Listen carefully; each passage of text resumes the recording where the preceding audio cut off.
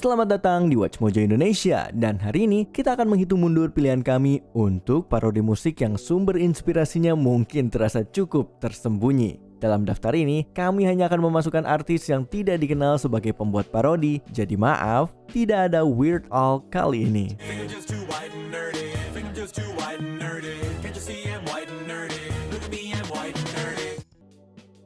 Nomor 10, The Bad Touch, The Bloodhound Gang. Sejujurnya cukup sulit untuk benar-benar memisahkan unsur parodi di balik The Bad Touch milik The Bloodhound Gang.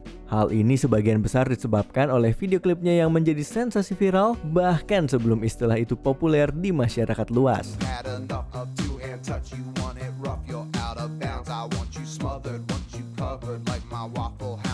Lagu yang jelas-jelas konyol ini dirancang bukan hanya untuk menyindir musik dance Europop yang terkesan sok serius, tetapi juga sengaja memancing reaksi para kritikus lewat estetika visual yang ya bisa kita sebut sebagai ulah nakal.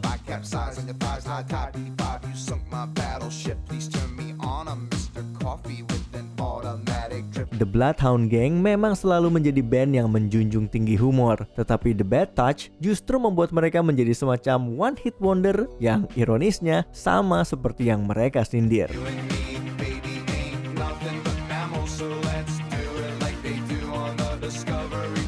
Nomor 9, Fourth Time Around, Bob Dylan. Kalau kamu boleh melakukannya, aku pun boleh. Mungkin itulah yang dipikirkan ikon folk Bob Dylan setelah menyelesaikan Fourth Time Around pada tahun 1966.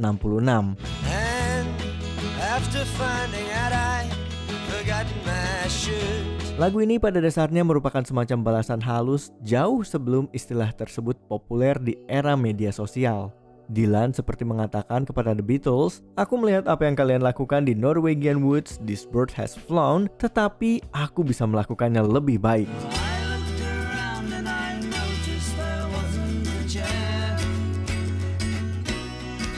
The Fab Four sendiri memang sempat mengikuti gaya Dylan dalam eksplorasi folk rock mereka. Jadi rasanya wajar jika sang pelopor akhirnya menunjukkan kepada The Liverpool's Finest bagaimana caranya.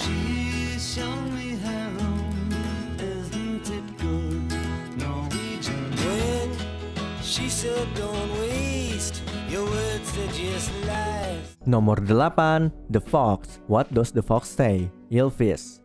Duo asal Norwegia Ylvis sebenarnya bukanlah musisi, melainkan komedian. Lagu mereka, The Fox, What Does the Fox Say, sengaja dibuat oleh Bart dan Vegard Ylvisaker sebagai semacam pengurang pajak dari chart pop, lagu yang mereka kira akan gagal karena sifatnya yang parodi.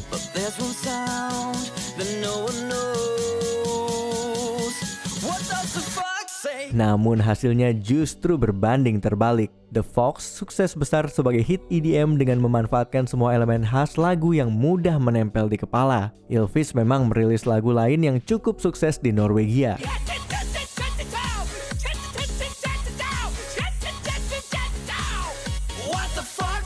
Tetapi sampai sekarang masih belum jelas apakah si rubah ini punya kejutan lain di tangga lagu global.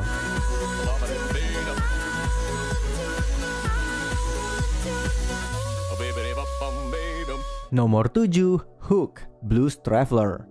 Entah bagaimana rasanya John Popper dan Blues Traveler tidak terlalu mempermasalahkan fakta bahwa parodi mereka yang sangat sadar diri terhadap industri musik, Hook justru menjadi lagu paling ikonik mereka.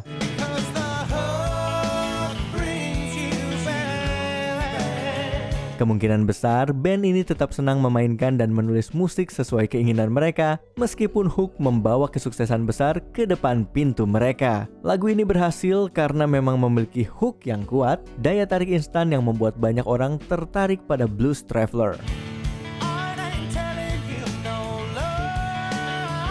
Apakah semua pendengar itu bertahan menjadi penggemar setia? Mungkin ya, mungkin tidak. Namun lirik Hook sendiri terasa seperti ramalan yang menjadi kenyataan.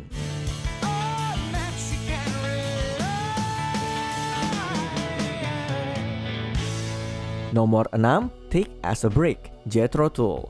Menarik rasanya melihat beberapa artis merespon kritik terhadap karya mereka. Pengaruh blues dan folk dalam musik Jethro Tull memang tidak pernah hilang. Tetapi hal itu tidak menghentikan banyak orang untuk memberi label progressive rock kepada mereka.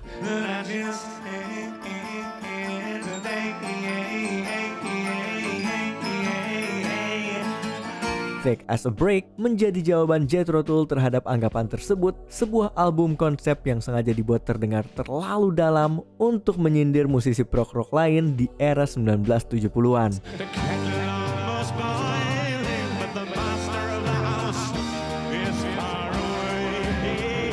Namun ironisnya, Take As A Break justru menjadi album prog yang sangat solid. Bahkan, hal ini mendorong Jethro Tull untuk terus mengeksplorasi arah musik tersebut melalui album-album seperti A Passion Play dan Heavy Horses.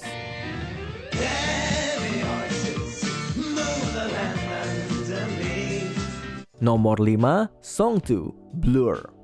Sebagian besar musik Blur sebenarnya tidak terdengar seperti lagu terbesar mereka, Song 2. Hal itu karena band Britpop yang biasanya melodis ini sengaja menyindir tren grunge rock populer saat itu lewat serangan riff yang singkat dan menghentak.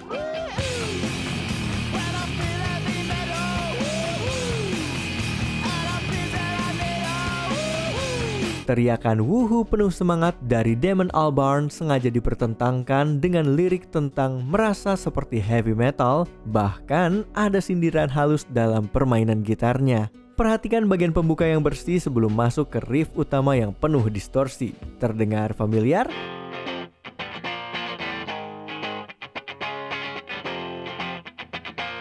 Fakta bahwa Blur bahkan tidak repot memberi judul yang serius untuk lagu ini sudah menunjukkan betapa tajam selera humor mereka. Dan jujur saja, ini terasa jenius.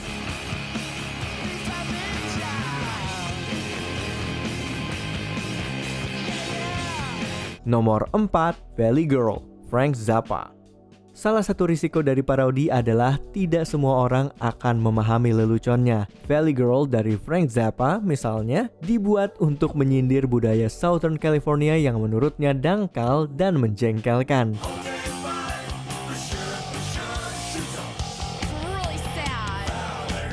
Namun, lagu kolaborasi antara Zappa dan putrinya Moon Unit justru menjadi hit dan malah mempopulerkan gaya bicara Valley Girl ke seluruh Amerika. Memang rasanya ironis, tetapi mungkin disitulah letak humornya.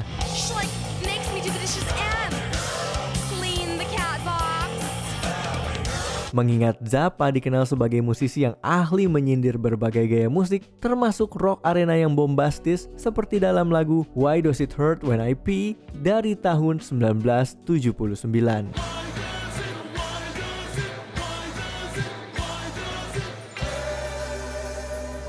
Nomor 3, Back in the USSR, The Beatles. Ada banyak lapisan parodi dalam Back in the USSR milik The Beatles. Pertama, lagu ini merupakan respons terhadap kampanye patriotik I'm Backing Britain di akhir tahun 60-an.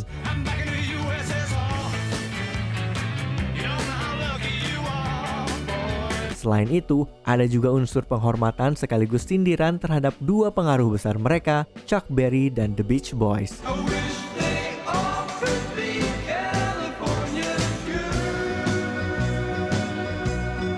Secara musik, lagu ini mengadopsi gaya cerah khas The Beach Boys lengkap dengan harmoni vokal. Sementara itu, liriknya mengganti nuansa pro-Amerika ala Chuck Berry dengan tema yang bermain-main dengan stereotip mata-mata dan humor khas era tersebut.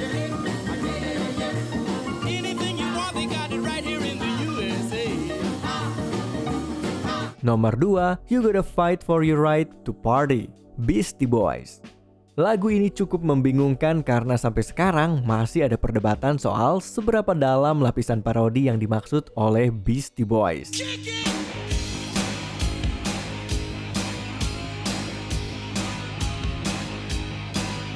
Album License to Ill, tempat lagu ini berasal, memang penuh dengan nuansa pemberontakan khas anak muda. Dan citra publik mereka saat itu juga mendukung kesan tersebut. Namun di sisi lain, para personel band berkali-kali menegaskan bahwa lagu ini sebenarnya adalah sindiran terhadap gaya hidup frat boy dan budaya pesta berlebihan di era 80-an.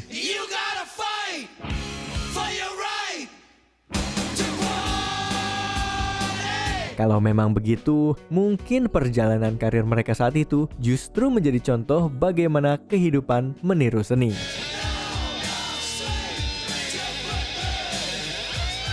Sebelum kita lanjut, jangan lupa subscribe dan tekan tombol bel untuk mendapatkan notifikasi tentang video terbaru kami. Kamu bisa memilih untuk mendapatkan notifikasi secara berkala atau setiap kali kami mengupload video.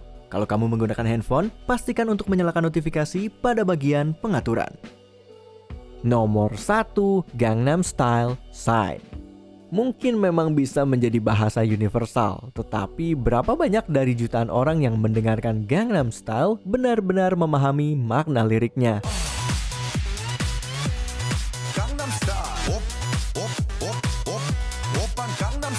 Lagu berbahasa Korea ini sebenarnya menyindir gaya hidup elit dan kecenderungan materialistis di Korea Selatan.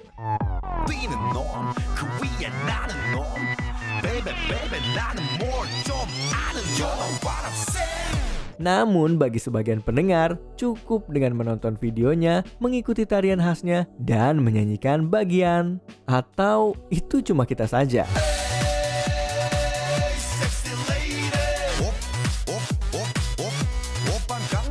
Menurut kamu, lagu manakah yang paling menggambarkan parodi dengan sempurna? Tulis di kolom komentar.